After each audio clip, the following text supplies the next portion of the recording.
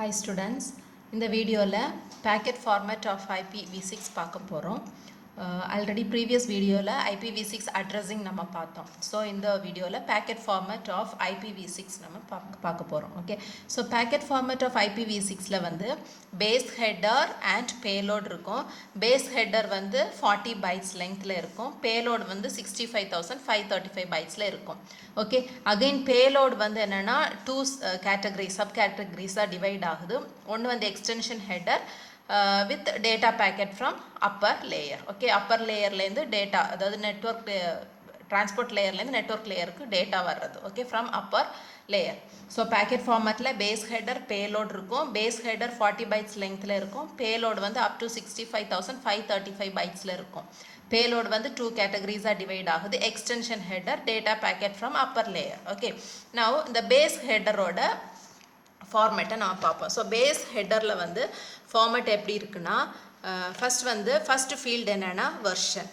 Okay, so version வந்து four bit ஃபீல்டில் இருக்கும். It defines the version number of the IP. Okay, IPv4னா version number என்ன 4, IPv6னா அதோட வேல்யூ வந்து 6, IPv6 வெர்ஷன். சரியா, நெக்ஸ்ட் ஃபீல்டு என்ன, priority.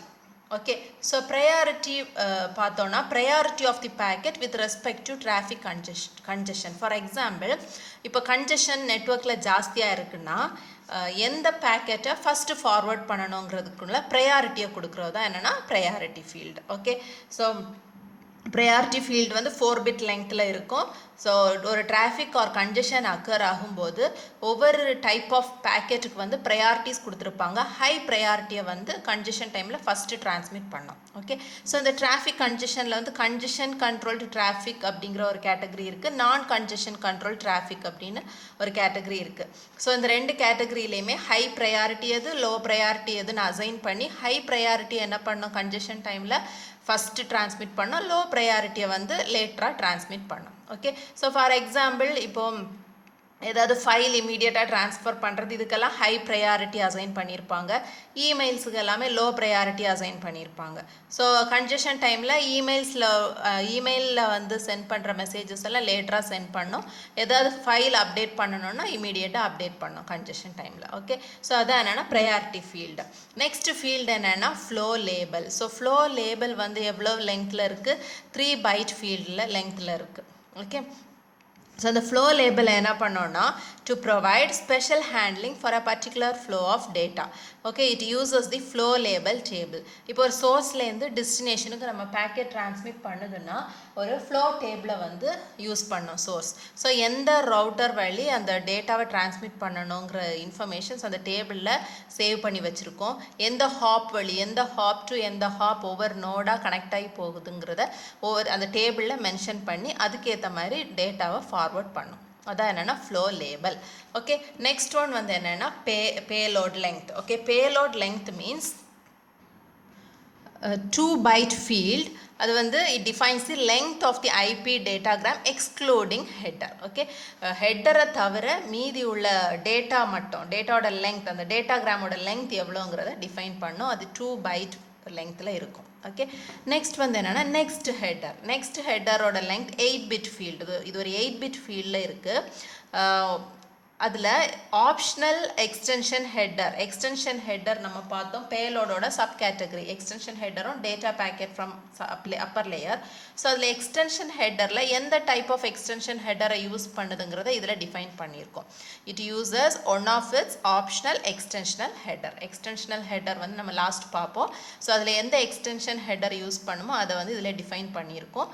It is a 8 bit field. சரியா, நெக்ஸ்ட் ஃபீல்டு என்னென்னா hop limit. Okay, so hop limit என்ன பண்ணோன்னா it is a 8 bit field. ஒரு சோர்ஸ்லேருந்து ஒரு டெஸ்டினேஷனுக்கு ஒரு பேக்கெட்டை நம்ம டிரான்ஸ்மிட் பண்ணும்போது எத்தனை ஹாப் இடையில இன்டர்மீடியட்டில் எத்தனை ஹாப் தாண்டி ஹாப்பில் வந்து பேக்கெட் வந்து ட்ராவல் பண்ணுதுங்கிறத அதில் மென்ஷன் பண்ணுறது. ஓகே, ஸோ ஃபார் எக்ஸாம்பிள் இதில் வந்து இது வந்து சோர்ஸு, இது வந்து டெஸ்டினேஷன். ஸோ இதில் வந்து நிறைய நோடு ட்ராவல் பண்ணி டேட்டா வந்து டிரான்ஸ்மிட் ஆகுதுன்னா நிறைய ரூட் இருக்கும். கரெக்டாக, ஓகே, நிறைய ரூட் இருக்கும். ஸோ சோர்ஸில் வந்து மென்ஷன் பண்ணியிருக்கோம் ஃப்ளோ லேபிளில் எந்தெந்த நோட் வழியாக டிரான்ஸ்மிட் பண்ணணுங்கிறது வந்து சோர்ஸில் ஃப்ளோ லேபிளில் டேபிளில் மென்ஷன் பண்ணியிருக்கோம். கரெக்ட். ஸோ ஒரு பேக்கெட் நம்ம டிரான்ஸ்மிட் பண்ணும்போது ஃபார் எக்ஸாம்பிள் இந்த ரூட்டில் தான் அது ட்ராவல் பண்ணணும்னு மென்ஷன் பண்ணியிருந்து அது இந்த ரூட்டில் தான் ட்ராவல் பண்ணணும். ஓகே. ஸோ இப்போது சப்போஸ் வேறு ரூட்டில் அது ட்ராவல் பண்ணுதுன்னா அது என்ன ஆகும்னா அந்த ஹாப் லிமிட்டை ரீச் ஆகி அதை வந்து எக்ஸீட் ஆன உடனே அந்த பேக்கெட் வந்து டிஸ்கார்ட் ஆயிரும். ஓகே. ஸோ நெட்வொர்க்கில் எந்த பாத்தில் டிரான்ஸ்மிட் பண்ணணும்னு மென்ஷன் பண்ணியிருக்கோம் அந்த பாத்தில் தான் டிரான்ஸ்மிட் பண்ணணும். ஸோ இந்த பாத்தில் டிரான்ஸ்மிட் பண்ணிவிட்டு சம்டைம்ஸ் பேக்கெட் வந்து டிஸ்கார்ட் ஆகாமல் வேறு நோடில் அது சர்க்குலேட் ஆகிட்டு இருந்துச்சுன்னா அது என்ன பண்ணோன்னா அந்த பேக்கெட்டை டிஸ்கார்ட் பண்ணி விடும். Okay. Hope you all understand. So hop limit வந்து 8-bit field.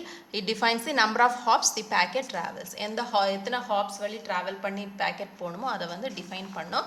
அதை விட வேறு ஹாப் நிறைய நோடில் travel பண்ணுதுன்னா அந்த packet வந்து discard பண்ணும். Okay.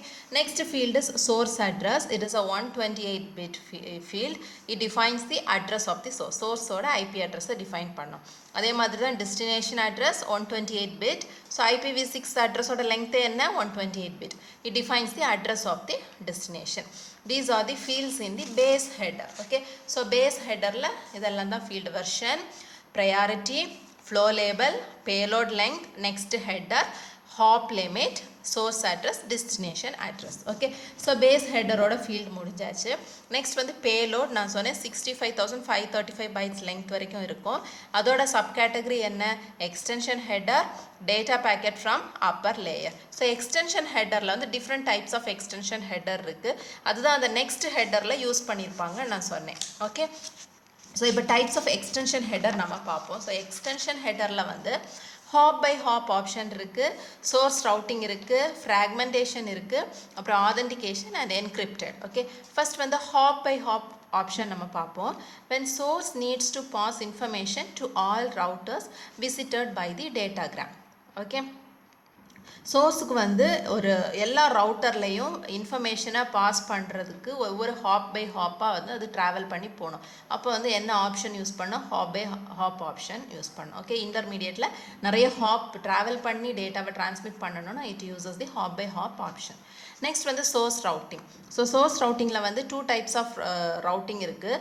Strict source route or loose source route. Strict source ரவுட்னா ஒரு பர்டிகுலர் பாத் அது கொடுத்துருக்கோம், அந்த பாத்தில் மட்டும்தான் அந்த பாத் வழியாக மட்டும்தான் போகணும். ஓகே. அதான் என்னென்னா strict source route. Loose source ரூட்னா அதில் டிஃப்ரெண்ட் பாத்ஸ் இருக்கும், அதில் எந்த பாத் யூஸியோ அந்த பாத் வழி அது அதுக்கேற்ற மாதிரி ட்ராவல் பண்ணி போகும். அதான் என்னென்னா லூஸ் சோர்ஸ் ரூட். சரியா. So source routing option use பண்ணோம். தென் ஃப்ராக்மெண்டேஷன் வந்து நம்ம IPv4லேயே நம்ம பார்த்துருக்கோம்.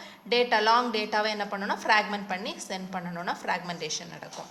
The next one is next extension header வந்து என்னன்னா type of extension header is authentication. Authentication என்ன பண்ணோம்னா மெசேஜ் சென்டரை வேலிடேட் பண்ணோம் and it ensures the integrity of data. Okay.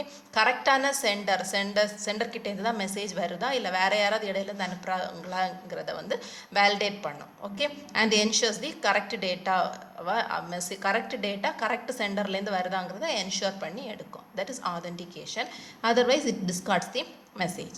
The next one is encrypted security payload. So encrypted security payload now it provides confidentiality and guards against eavesdropping. Okay. நம்ம ஒரு டேட்டாவை send பண்ணும்போது அந்த டேட்டாவை cipher டெக்ஸ்ட்டாக மாற்றி transmit பண்ணோம். So அது என்கிரிப்ஷனில் நடக்கும்னு உங்களுக்கு தெரியும்.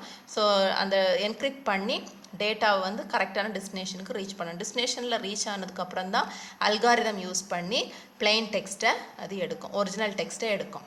ஓகே. ஸோ இடையில எந்த ஒரு ஈவ்ஸ் ட்ராப்பிங் அக்கர் ஆகாத மாதிரி ப்ரொடெக்ட் பண்ணி டேட்டாவை டிரான்ஸ்மிட் பண்ணுறது என்னென்னா encrypted security payload. These are the different categories in extension header. So what are the categories?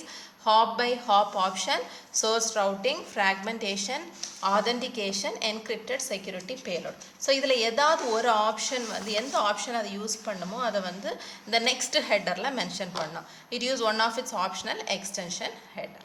Okay. These are about packet format of IPv6. So base header ஓட தனியாக format என்னன்னு பார்த்தோம். தென் பேலோடில் இருக்கிற சப் கேட்டகரிஸில் யூஸ் பண்ணுற extension ஹெட்டரோட கேட்டகரிஸும் நம்ம பார்த்தோம். Okay. Thank you students.